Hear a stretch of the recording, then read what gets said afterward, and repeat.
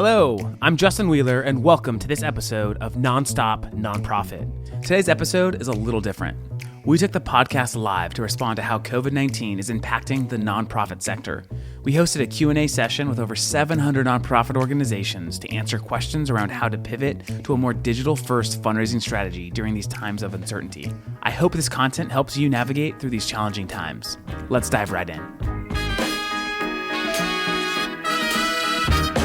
The best thing that we can do is just raise as much money as possible and then give it to the people around the world. We set out to raise $1,000 to help this person, but we had no idea how to fundraise. Then you're doing it wrong. Okay. That is unacceptable, and that is not the way to run a board. Who is this girl, and what's the thought process when you're like, do I include a nickel? And it snowballs like any peer-to-peer campaign. The more people that view this content, the further and further it grows. The community raised $55 million in 2019. The more nonprofits can give their donor base that experience of the impact that's being made on the ground level, there's nothing else you have to give someone.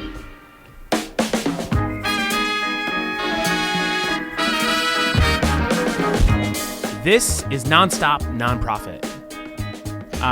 It's awesome to see everyone participate. I think, as we look at how much our world has changed in the last few days, the inspiring thing that has happened is we've seen, humanity come together. I've been a part of so many conversations with nonprofit practitioners, fundraisers, leaders, sharing advice, sharing the way they're approaching this changing reality. And nonprofits have been so good at just supporting each other and getting through hard times, which is one of those times that we're in right now. So a couple of things I want to share, and then we're going to just jump straight into the Q&A. One is I want to start off with a little bit of hope. If we look at history, if we look at major events that have happened in our country and in society, the recession in 2008, other world disasters, a trend that we see is that household giving typically increases, right? I expect that corporate giving, foundation giving, and high net worth giving will slow down for a bit, but individual household giving, which makes up 74% of total charity in the United States, typically increases. So as you're thinking about what does this mean for my nonprofit, what does this mean for our fundraising strategies, one of the things I want to encourage you, don't put your fundraising on hold. You have a segment of donors who are hungry to do something to get involved, regardless if it's related to COVID-19 or not. So fundraising teams, don't shut down your fundraising operations. Figure out who are the donors we need to be speaking with, who are the donors we need to be communicating with, talk to them, and there'll be some donors that are just not ready for conversation yet. So I wanted to give that as an encouragement that, yes, we're in some hard times, but typically we see generosity of donors increase during times of disaster and so forth. Wanted to start with that. We're going to transition into some questions now. We've got lots of questions coming in. I'm just going to take it from the top here, and we'll go. One question that's hot that I've answered 100 times in the last 2 days. I'm going to start there, and then we're going to jump into the Q&As there, and I see a lot of these questions here. So first question is, people are asking, okay, we have all these events, we've canceled them, we need to go virtual, and so live streaming has become a huge topic on the internet, across LinkedIn, across all social medias. It's what platform do I use to live stream, or how do I live stream? So there's a couple different ways to answer that question. First, if your organization is looking to live stream a keynote presentation, the leadership just wants to live stream to their audience, and you're going to be using your laptop or your phone to live stream, then it's really a matter of just connecting with the platform where your audience is. So if you have a YouTube channel and you've got thousands of subscribers, stream to YouTube. That makes the most sense if you're talking to your audience.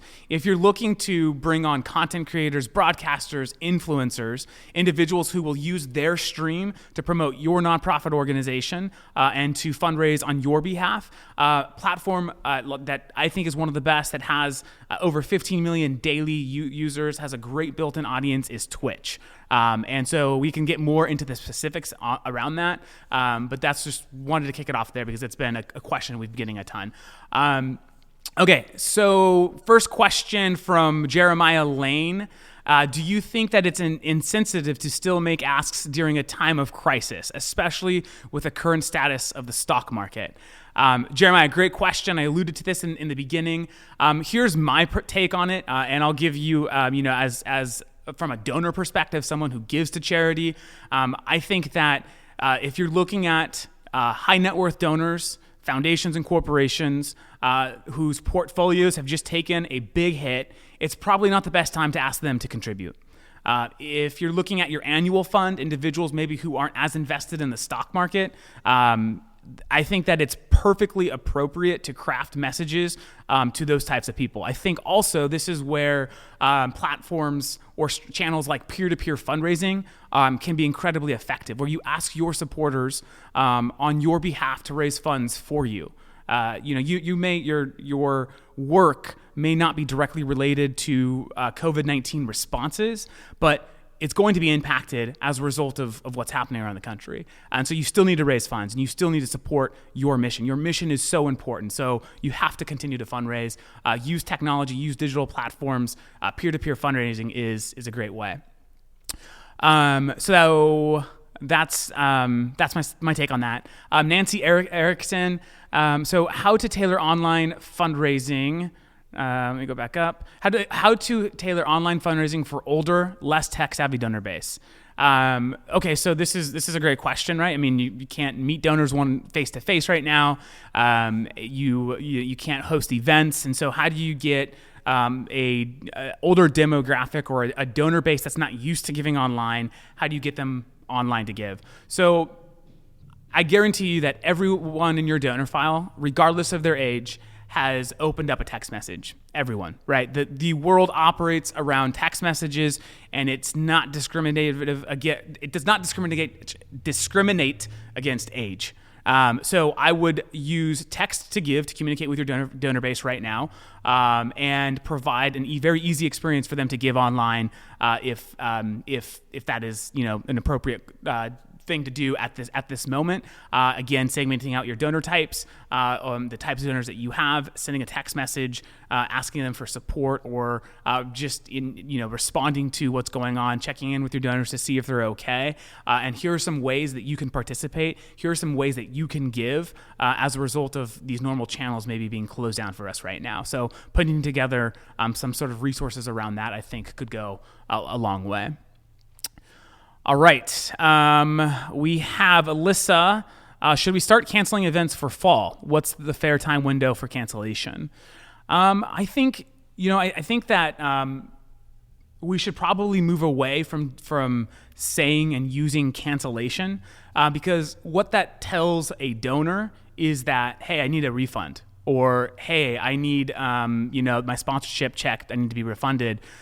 Instead of canceling your events, I think postponing until there's more certainty around how long is social distancing going to be something that we have to take as seriously as we're taking today.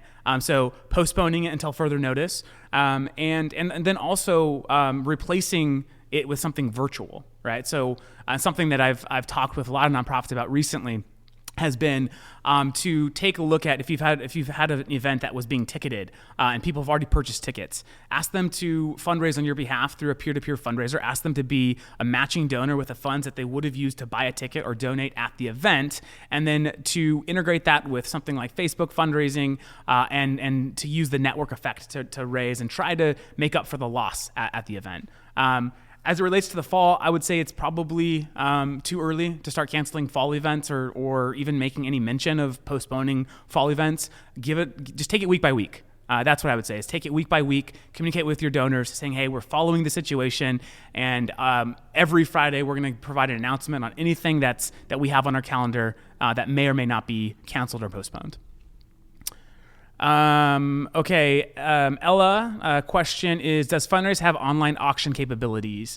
Funraise does not have online auction capabilities for goods if you're trying to auction goods like you would for like at an actual event, so like a silent auction and so forth.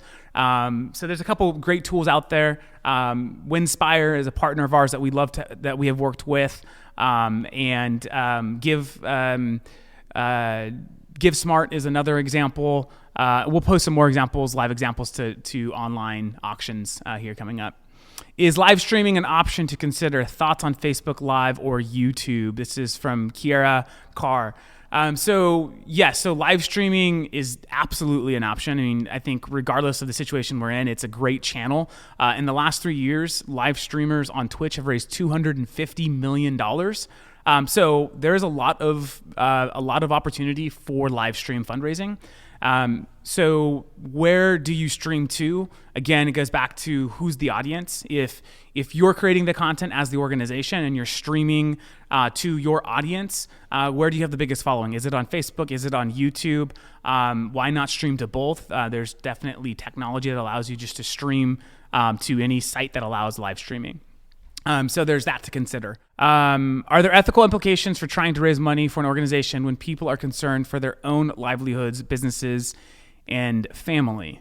That's a great question. So I'll speak, from my perspective as a donor and someone that supports many different nonprofit organizations.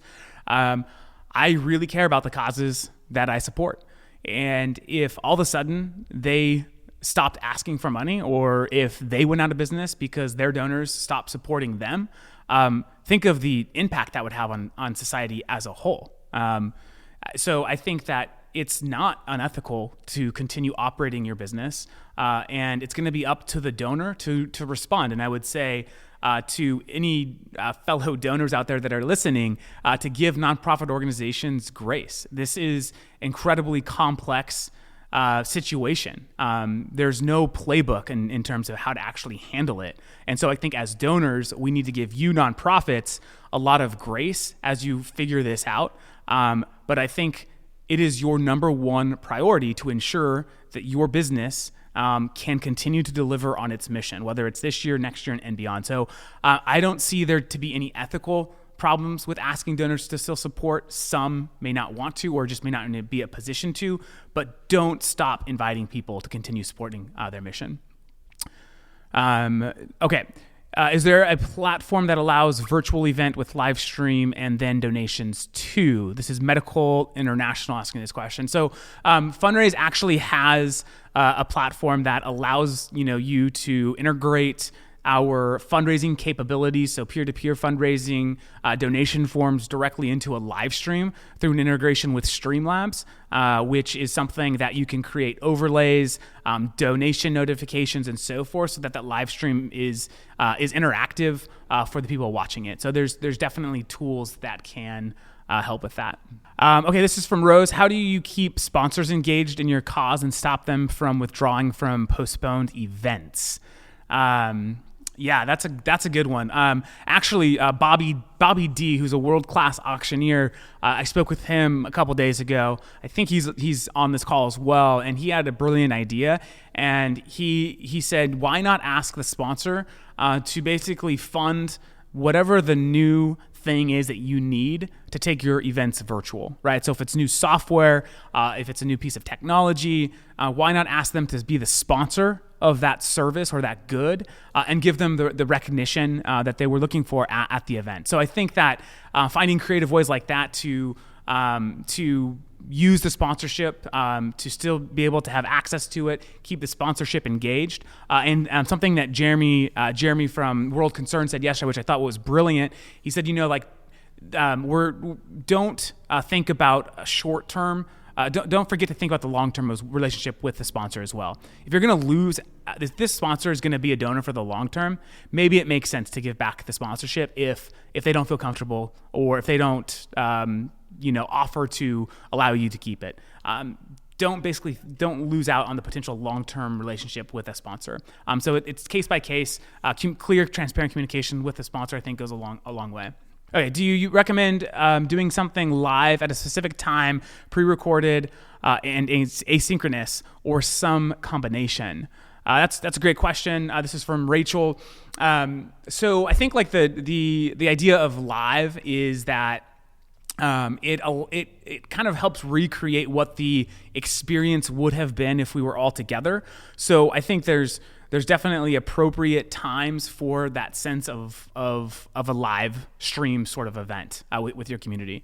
If you're looking for something that's less spontaneous and you want it to be more polished, pre-recording is a great option too. So it really just kind of depends on what the event is, what the outcome, what the desired outcome is, and make a decision from there.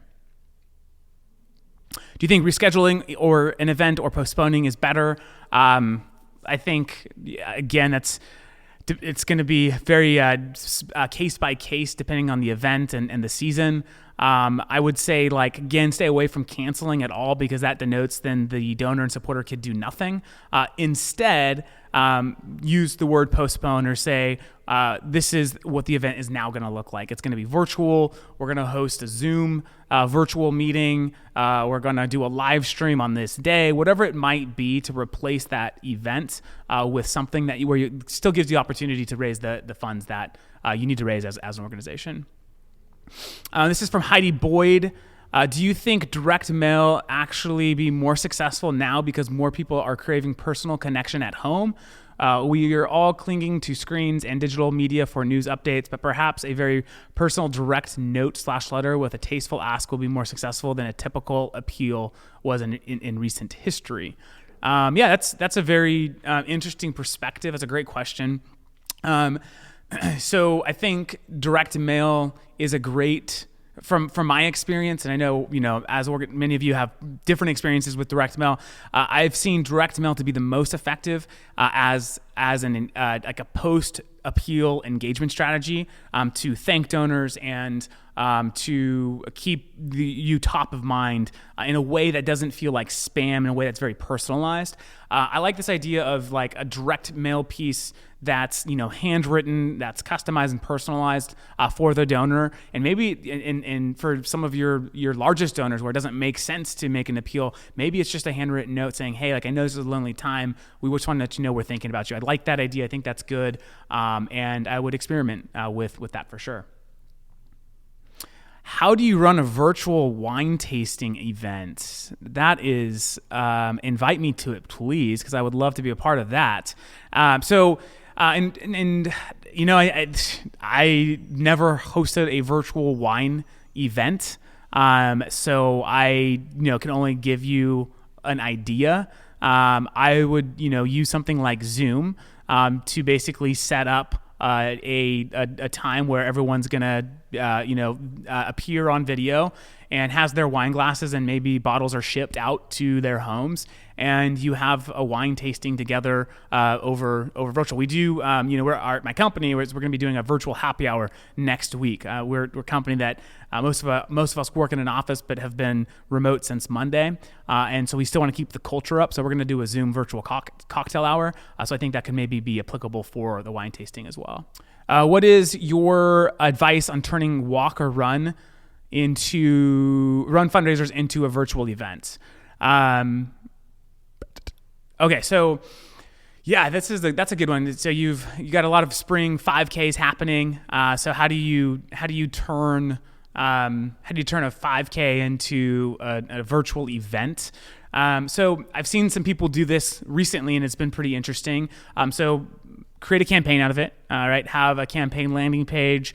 Have individuals, the walkers, continue to still have their registration, peer-to-peer page, and have them live stream a walk around their neighborhood. If it's an area where it's safe, in their backyard, in their house, around the kitchen, wherever it might be, just be active, get out, live stream it, and throw it in a different way, more individualized way for now. But that could be one way to accomplish that. What technology do we need to execute a professional virtual gala? I think a great, depending on what you want to do. So there's two things. If you have auction software, there's a lot of great product out there where you can host virtual auctions, like an e-commerce store. If you're using Shopify as a nonprofit, that would be very easy also to kind of use to sell your virtual the goods. I mean, one thing you have to obviously take in consideration with auctions today are the experiences, right? I mean, we don't know when people are going to be able to travel more openly to that destination that they purchase, and so there's that to consider. But to create a good virtual event, I think what you need again a solid page to build the community where the live stream can actually be hosted. It's very easy to embed a live stream, whether it's from YouTube or somewhere else. You typically click on the three little dots and it gives you an embed code, and you can embed that video, which will then broadcast the live stream in the gala website, if you will. And instead of having a cocktail hour and dinner, create an online program where guests could still interact. Again, it could be something on Zoom or other similar technology, and then create the actual live stream of like the keynote speakers. If there's other individuals that are going to be speaking, you can still perform that through a live stream, and then you can, as I said earlier, you could easily do fund a need paddle raise virtually with like an auctioneer or the individual that normally would run that for you, and ask people to give and make the contribution online or pledge online through that technology. Funraise does all of that through our platform, so you can check out that if you're interested. All right, this is from Taylor. Along the line of the walk and run questions above, once you've gone virtual, how do you keep participants engaged in fundraising for an event that doesn't exist? We really are focusing on storytelling and delivering the message of urgency that funds raised are still critical to our fundraising. Any tips outside of focusing on storytelling and a sense of urgency? So I think essentially it's like, how do we keep, if I were to summarize the question, is how do we keep people engaged if the only touch point is going to be virtual for the next several months? There's, I think the benefit you have is if you already are attracting, digital donors, a demographic of donors that is already kind of engaging with you online, is these are omni-channel donors. These are donors that are interacting across different channels. So whether it's texting, whether it's through LinkedIn, whether it's through your social media or email, they're basically omni-channel donors. And so I would sit down with the fundraising team, the marketing team, and talk about an engagement strategy that allows you to stay top of mind. So maybe over the next 4 weeks, we're going to send out a couple of different text messages. It's going to be to check in with our supporters. We're going to share a story of our work still happening and what we're accomplishing. And maybe it's a third one is a soft appeal, something like that. And just continue to create that sort of engagement strategy across different channels. What's the best way to leverage peer-to-peer as this virtual time? So actually did a webinar this morning called Social Fundraising, and I think this is one of the most impactful ways today to do peer-to-peer fundraising. And so you have your traditional peer-to-peer site, ask people to come and create fundraising pages, and then it's integrated with Facebook. So it creates this mirrored campaign for the individual. So now they have a campaign on Facebook and they have a campaign on the platform they're using for peer-to-peer fundraising. And for family members or friends that maybe aren't going to see that on Facebook, texting them, emailing them, calling them, asking them to make a contribution on that page would then be reflected on your Facebook campaign. And anyone who's donating through Facebook will also, be mirrored to the campaign that you're running on the platform. If it's integrated. And you think one of the things that we're seeing at Funraise is we're seeing that on average a Facebook fundraiser is raising about $200 and adding 4 to 6 new donors. So it's definitely a great way to leverage peer-to-peer, is to connect it socially and to give your supporters tools to basically reach their donors on the platforms where they're at. Live streaming can be another example. If you have content creators and influencers, you can give them technology. Technology in this case is a donation button to be able to stream and raise money for your organization. How far should we be planning virtual events instead of live? Our big gala is in late September, and I'm not sure our leaders understand we may not be in business as usual by then. That's a tough call. No one knows how long social distancing is going to be a part of our normal way of life. So I don't have a great answer for you on that one. What I would say is, as a nonprofit, as a business, be thinking about what are definite ways that we can raise funds in 2020. If a worst case scenario were to be we could not host any events this year, I would definitely plan for opportunities to raise outside of that. Tips for staying connected to donors while everyone in the organization is working remotely. So, it really depends on the level of relationship you have.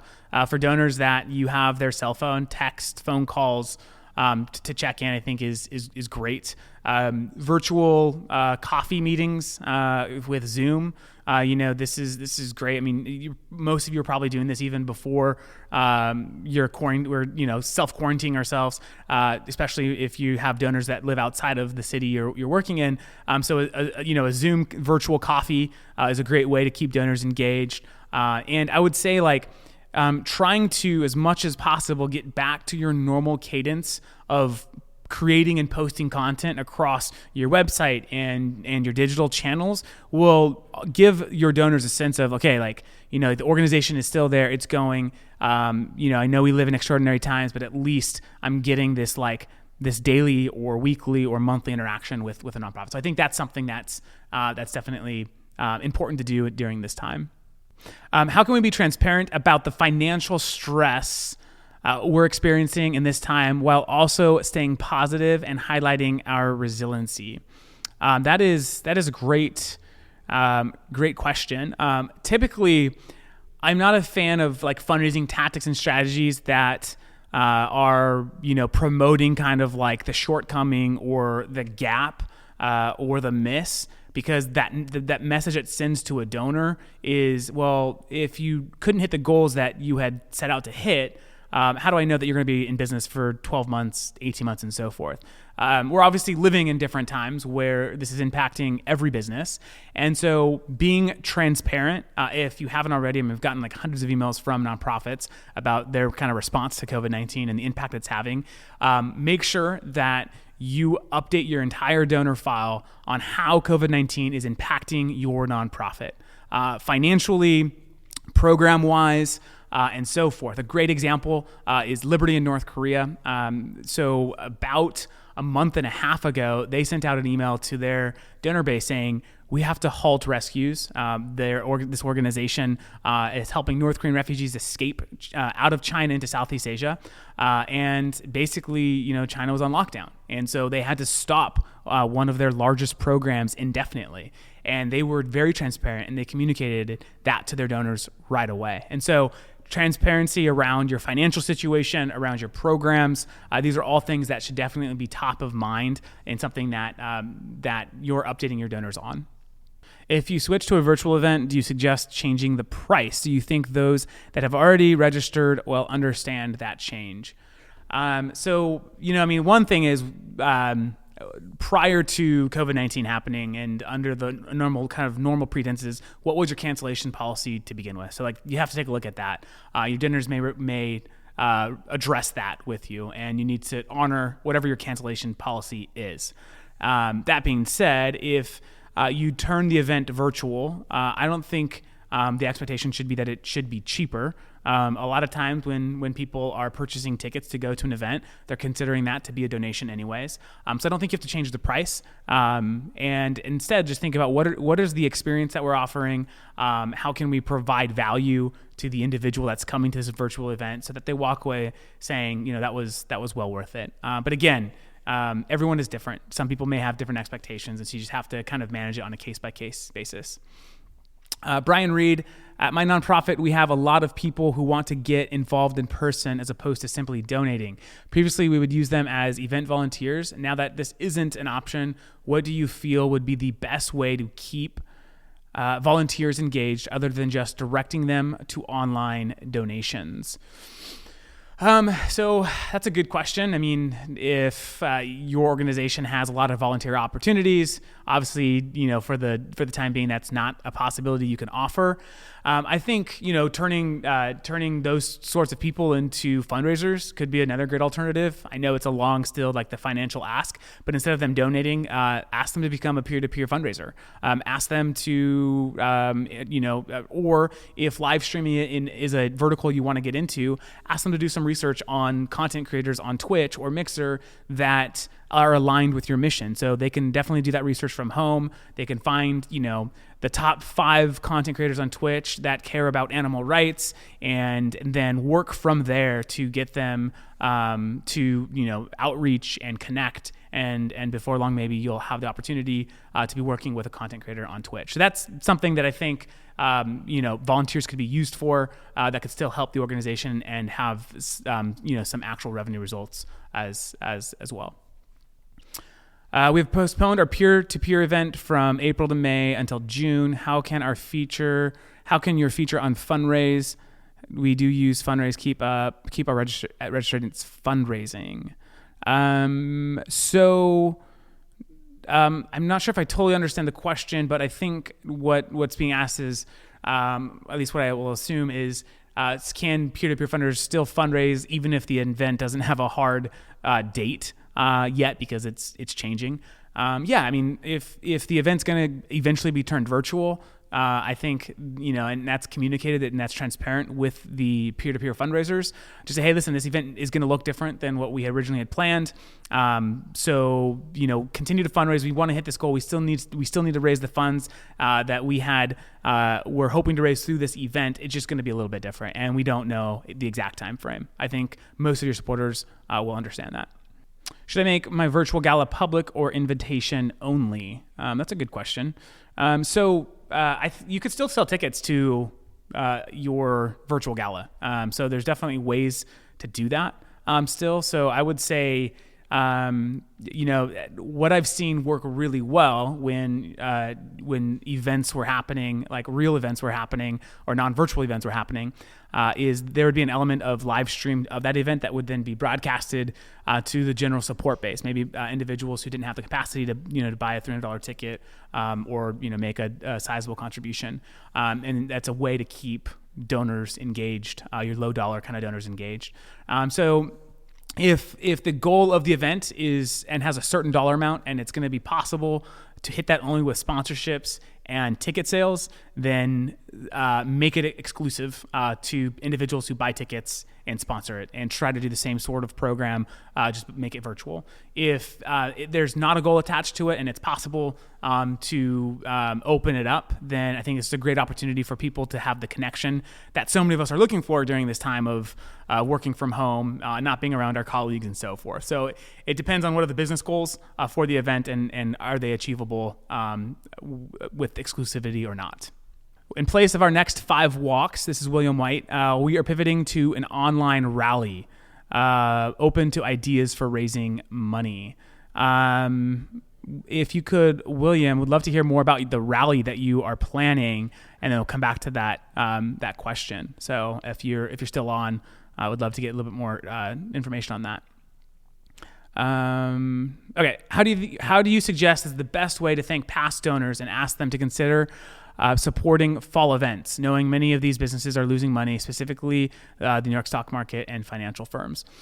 So I think now more than ever is a great opportunity to relaunch or to launch a new monthly donor program. So Charity Water is a really great example. And what they've done with their monthly donor program. Last time I checked in with them, they were up to about $10 million in annual revenue just from their monthly donor program, which they call subscribers. And all of us on this call are subscribed to something, whether it's Netflix or some other service that we pay monthly for and that we get value from. As organizations, the work that you're doing, the people that you're helping, or the causes that you're working on offers great value to a donor. Charge for it. Ask them to give $25 a month. Ask them to give $50 a month, whatever's appropriate. And there's no better demographic of donors to start asking that to than people that have given in the past. You'll see the highest conversion on those types of donors. So I would say, look at your donors that have given in the past 6 to 8 months. Launch a monthly donor program, brand it, and ask people to start supporting on a monthly basis. I think that's an effective way to really get through some potentially hard fundraising months ahead of us. Advice on promoting a virtual fundraiser during this time of sensitivity, especially when you aren't a nonprofit on the front lines of combating COVID-19. So I think it goes back to earlier what I said. I mean, it's an absolute disaster what's going on right now, and it's sad, and lots of people are being impacted. All of us are being impacted in a way, especially people that are getting infected. So yes, this is a very unfortunate thing that's happening, but so is North Korean refugees not being able to get out of China. So is that homeless person that your organization is responsible for feeding. All of you have missions that aren't related and could cause the same fatal results if you don't step in and help. So I think that it's not insensitive to continue fundraising for your mission, even if it's not related to coronavirus. I think it's your responsibility as a nonprofit leader and fundraiser to do all that you can do to continue your mission as a nonprofit. So again, I would not be offended organizations that I support if they came back and reached out for more support. I think that is a very normal thing regardless of the environment. How are people adjusting to working from home? Any tips? I feel like I'm being asked to do even more without the resources I'm used to having. That's a great question. I think that one of the things we intended to do here as a company was to do some trial work from home days, but then this progressed so quickly that we bypassed the trials and just moved our entire team remote on Monday. So we didn't have any trial runs of it. And people were told to take the resources that they need home with them to be able to do their jobs and to stay productive. So I think, as it relates to working from home, make sure you have a space that where you can get some work done. I have 4 kids and they're out of school indefinitely. So one of the things I did on Monday to mentally prep for working from home is I watched that BBC clip where this man was being interviewed and his kid came in and he was so rude to the kid and then his wife, and he was on national television. I watched that and was like, if this happens to me, I'm going to be a kind human being. And everyone on the other end of these Zoom calls and so forth, everyone just needs to show each other grace. We're all working in environments that aren't normal and that aren't used to. So just show people grace. Okay, we're going to take a few more questions. And then again, we're going to record, this is being recorded and we'll send it out to everyone. And we're actually going to continue hosting live Q&As for the indefinite future as long as people keep showing up and have questions. And we'll bring in some special guests as well to be a part of answering more questions. We received a lot of support from other vendors and industry experts and practitioners that want to just basically give as much information out as possible to help nonprofits. So we're going to bring more people in as well to be a part of the conversation next time. So we're gonna answer a couple more questions and then we're gonna wrap up. Okay, can you tell us about Funraise's live giving abilities during a virtual event, i.e. text to pledge or ask moment?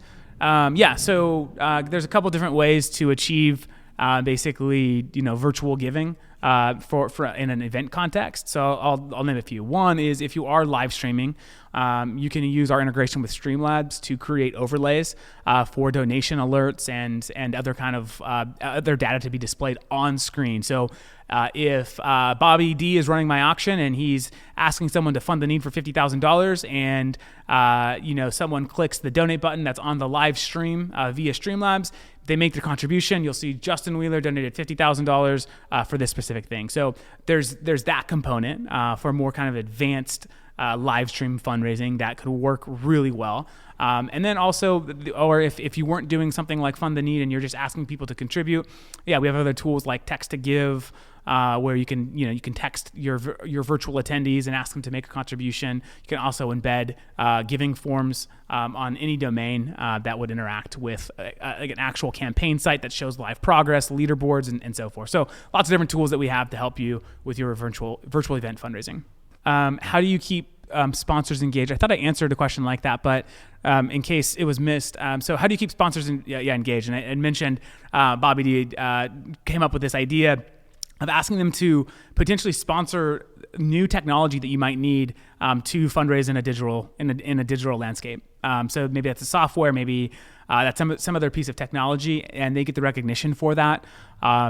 Just as a really practical example, it's like, all right, we're going to take our event virtual. We're going to run a peer-to-peer campaign, integrate it with social media.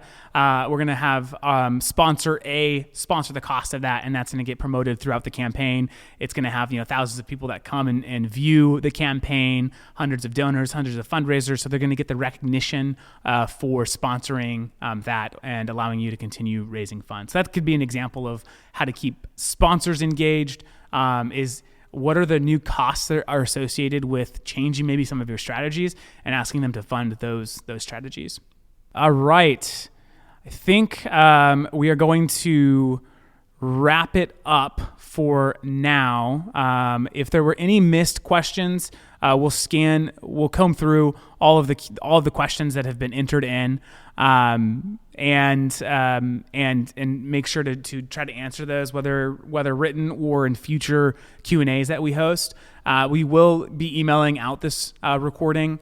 And again, if there's anything that I've said, or if there's anything that I can talk with you that you want some one-on-one time, I am happy to talk to any nonprofit leader out there to help you through these challenging times. So just to re-provide my information, you can reach my cell phone. It's 562-242-8160. Feel free to text or call. Text before you call so I know who you are. We'll get the best chance of me answering my phone. And then, or you could shoot out an email. It's justin@funraise.org as well. If anyone on the call is interested in checking out the Funraise technology and how it can help you basically navigate new strategies or how to replace events with virtual events, we'd love to show you the product if you're interested. And so there'll be a link that we send out that you can schedule a time to check out the product if that's helpful for your strategy, or if it's relevant to the ways that you need to pivot. So thank you everyone for joining. We had a great audience. I hope lots of the questions were answered and that it was helpful. But if there's any other follow-up, please feel free to reach out to us anytime. Thank you so much. We are rooting for you here at Funraise. We believe that when a nonprofit tells us they're going to change the world, that they actually are going to change the world. So keep your heads up. We've got your back and excited to weather this storm shoulder by shoulder. Thank you. Thanks for listening to this episode of Nonstop Nonprofit. This podcast is brought to you by your friends at Funraise, nonprofit fundraising software built by nonprofit people. If you'd like to continue the conversation, find me on LinkedIn or text me at 562-242-8160. And don't forget to get your next episode the second it hits the internets. Go to nonstopnonprofitpodcast.com and sign up for email notifications today. See you next time.